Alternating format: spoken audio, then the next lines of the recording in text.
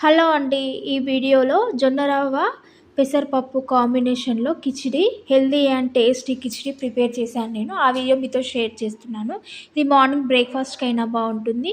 అలాగే నైట్ డిన్నర్‌కైనా బావుంటుంది.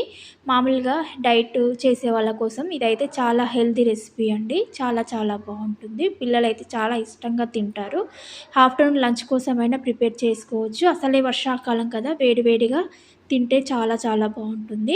దానికోసం మనం జొన్న రవ్వ, పెసరపప్పుని ఈక్వల్ క్వాంటిటీస్‌లో తీసుకోవాలండి. హాఫ్ గ్లాసు జొన్న రవ్వ తీసుకుంటే, హాఫ్ గ్లాసు పెసరపప్పు తీసుకొని కడిగి ఒక హాఫ్ అన్ అవర్ పాటు నానబెట్టుకోవాలి. తర్వాత ఒక స్టవ్ ఆన్ చేసి ఒక ప్రెషర్ కుక్కర్ పెట్టుకోవాలండి. ప్రెషర్ కుక్కర్‌లో చేసుకుంటే బావుంటుంది.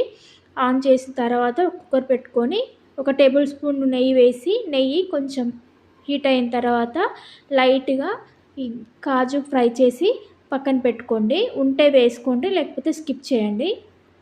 తర్వాత అందులోనే ఒక టేబుల్ స్పూన్ మళ్ళీ ఆయిల్ వేసి, ఆయిల్ హీట్ అయిన తర్వాత హాఫ్ టీ స్పూన్ జీలకర్ర, హాఫ్ టీ స్పూన్ ఆవాలు, ఆవాలను చిటపటలాడనివ్వాలి. అందులోనే ఒక పావు టీ స్పూను మిరియాలు కూడా వేయాలి.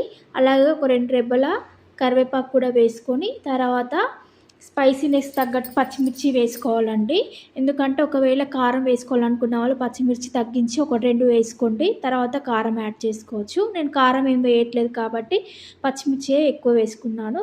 తర్వాత అందులోనే మనం ఆలు, క్యారెట్, బఠానీ, బీన్స్ వెజిస్ వేసుకోవాలనుకున్నా వేసుకోవచ్చు. అవి ఒక 2 నిమిషాలు ఫ్రై అయిన తర్వాత ఫ్రెష్ అల్లం వెల్లుల్లి పేస్ట్ వేసుకొని ఒకసారి మిక్స్ చేసుకొని, అందులోనే పండిన టమాటా ఒక పెద్ద సైజుది వేసుకొని చిన్న చిన్న పీసెస్ కట్ చేసుకొని వేసుకోవాలి. తర్వాత బాగా మిక్స్ చేసుకున్న తర్వాత మనం పెట్టుకున్నటువంటి జొన్న రవ్వను, పెసరపప్పును ఇందులో వేసుకొని ఒకసారి బాగా మిక్స్ చేసుకోవాలండి. ముందే కొంచెం సాల్ట్ కూడా వేసుకోవాలి. తర్వాత మనము క్వాంటిటీ ఒక గ్లాస్‌కి 3 గ్లాసుల చొప్పున తీసుకోవాలండి క్వాంటిటీ. అలా తీసుకోవాలి. త్రిబుల్ క్వాంటిటీ అనమాట. లేదా ఒక గ్లాస్‌కి 2:30 గ్లాసులు లేదా 3 గ్లాసుల చొప్పున తీసుకోవాలి. మనం మొత్తం తీసుకున్నటువంటి క్వాంటిటీకి. ఒక 5 విజిల్లు పెట్టుకుంటే ఇలా అయిపోతుందండి. రెడీగా ఉంది. వేడి వేడిగా చాలా చాలా బావుంటుంది.